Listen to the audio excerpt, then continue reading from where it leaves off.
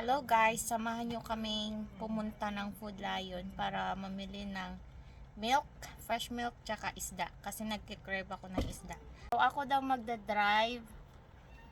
Gabi na tsaka umuulan. So first time ko to practice daw, sabi ng asawa ko. So tara! Guys, ito na. Nandito na kami sa Food Lion. Bababa na ako. Sabi ni Ka, ako lang daw mag-practice daw ako mag-solo. Mag-solo flight ako.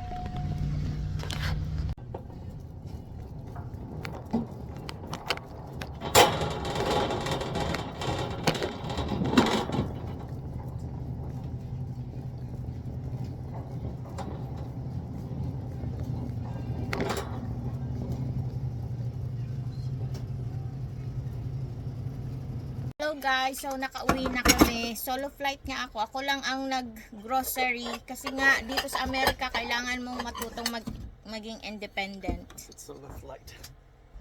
So, yun, hindi na ako nakapag-vlog sa sa store kasi ang daming tao tapos ako lang gagawa. So, yun. Papakita ko na lang sa inyo ang nabili ko. So, ito yung nabili kong isda.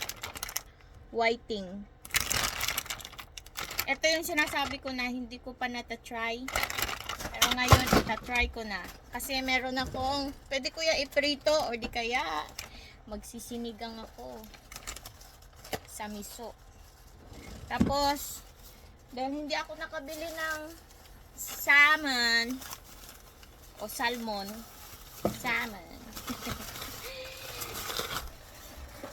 Namili na lang ako ng bacon, tsaka itlog pang breakfast.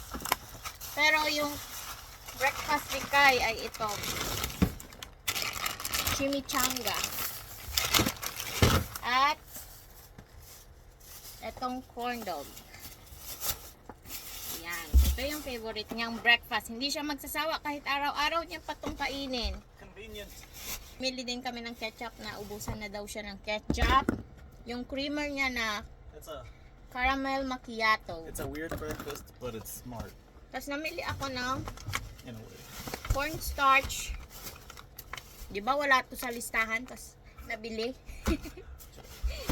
Ay, sugar pala to. Ubus na ang sugar namin. Tapos, ito yung cornstarch. Tapos namili na lang din ako ng baking powder kasi wala na akong baking powder. So yun guys, wala sa listahan pero ang dami namin nabili. Ganun talaga. Isda lang tsaka gatas yung aming goal pero ang dami na namin nabili. So yun lang guys. Bye bye. Follow for more videos.